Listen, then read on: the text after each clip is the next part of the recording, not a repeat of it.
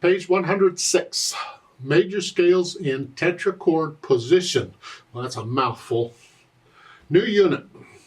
We're starting in on scales finally. I would have introduced you to scales a long time ago. I'm a big believer in them now.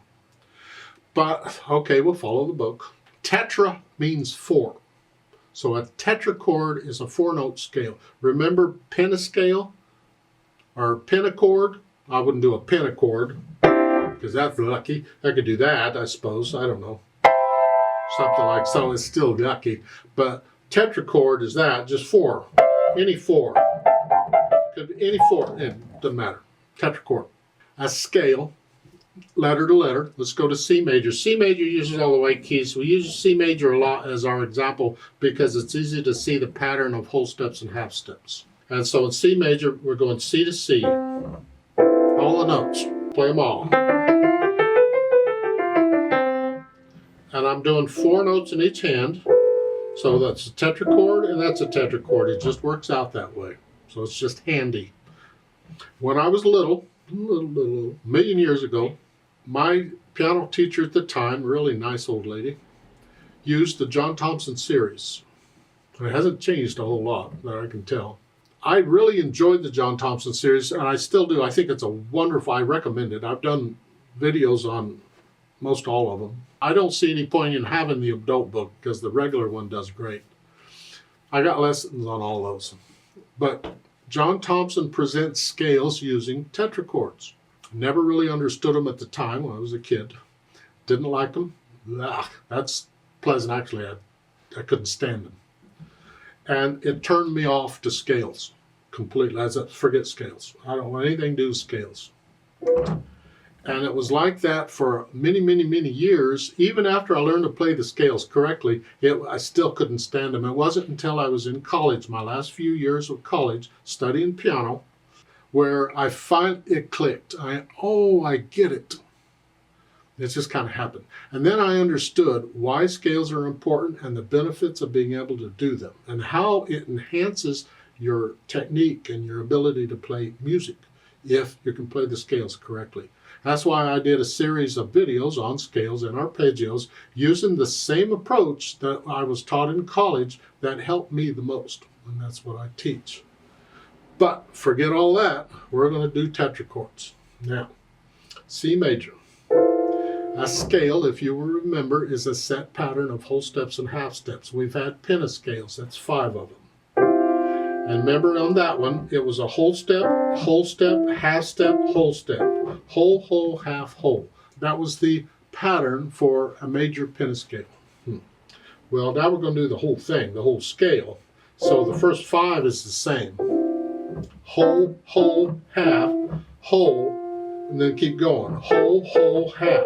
So whole, whole, half, whole, whole, whole, half. Whole, whole, half, whole, whole, whole, half. Whole, whole, half, whole, whole, whole, half. That's the pattern for whole steps and half steps for any major scale as we do them today. Again, C major is a good example because the whole steps have a black key in the middle. And a half step here and a half step here. So the bottom 4 is our whole, whole, half. And then there's a whole step between them. And you get a whole, whole, half. So that they're the same whole, whole, half for each thing. It's the same whole, whole, half. And they're separated by a whole. Whole, whole, half, whole, whole, whole, half. That's why a lot of books will present it there because they feel, well, this is easier. Because the pattern it's the same whole half pattern for each of each of the tetrachords. It still messed me up because this isn't the fingering you're going to use. And some books will use 5 through 2, these, and some books include the thumb, leave out the little finger. So which ones you're doing? I think this book uses this, leave out the thumb. And that's what I was taught to early on here. But I've seen books use the thumb and leave out the little finger. But that's what they're presenting there. And on 107, they want you to go right in them. They want you to write in the notes, the name of the note on the appropriate key. Well, if you just follow that pattern, you're going to get it.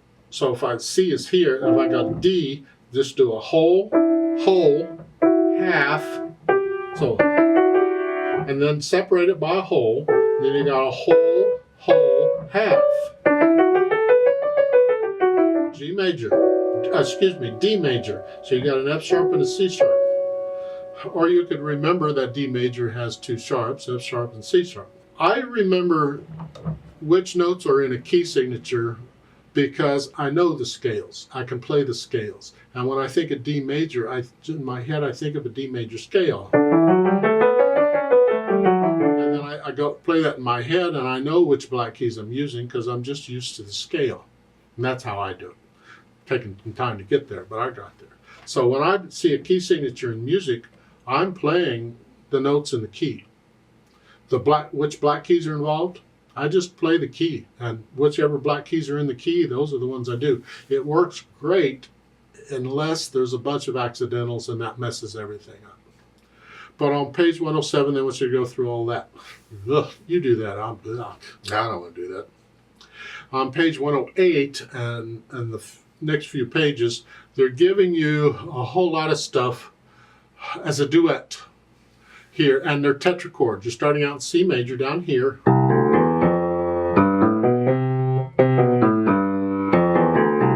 While the teacher is doing chords that harmonize with that. Then you go to G major. You add a sharp. We went to G major here. Here we're, D major. Remember the circle of fifths?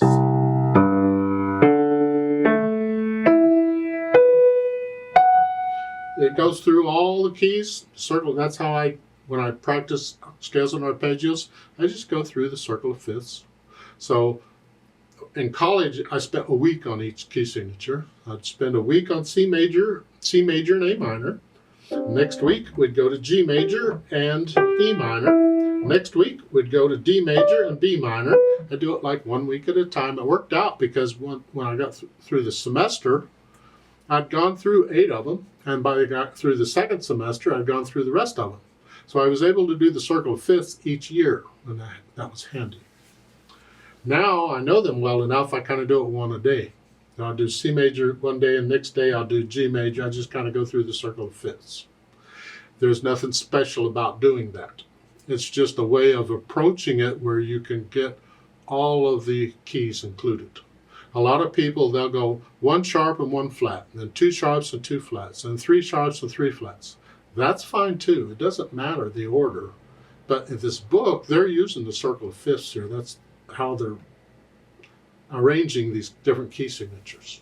So you're just doing tetrachords in each of these keys. Then on page 110 and 11, again, you're doing tetrachords still going around it, but now you got flats, and you're starting out with 7 flats, and you're coming back down to C major. All right, you can do that. If you have any questions, you let me know. I don't really have anything to say on this. I don't think it's necessary for you to have to go in and learn all these keys right now. I would prefer that you focus on a key signature and get it comfortably, and then go to the next key signature and get it comfortably, and that, which could take a year to get through them all, because you could take a week to really get comfortable with a key signature. You can let me know if you have any questions. Take your time on this. Throwing them all at you all at once, I think that's silly. You got to have time to absorb them, especially if you're going to be harmonizing, because you got to know the chords too. Yeah.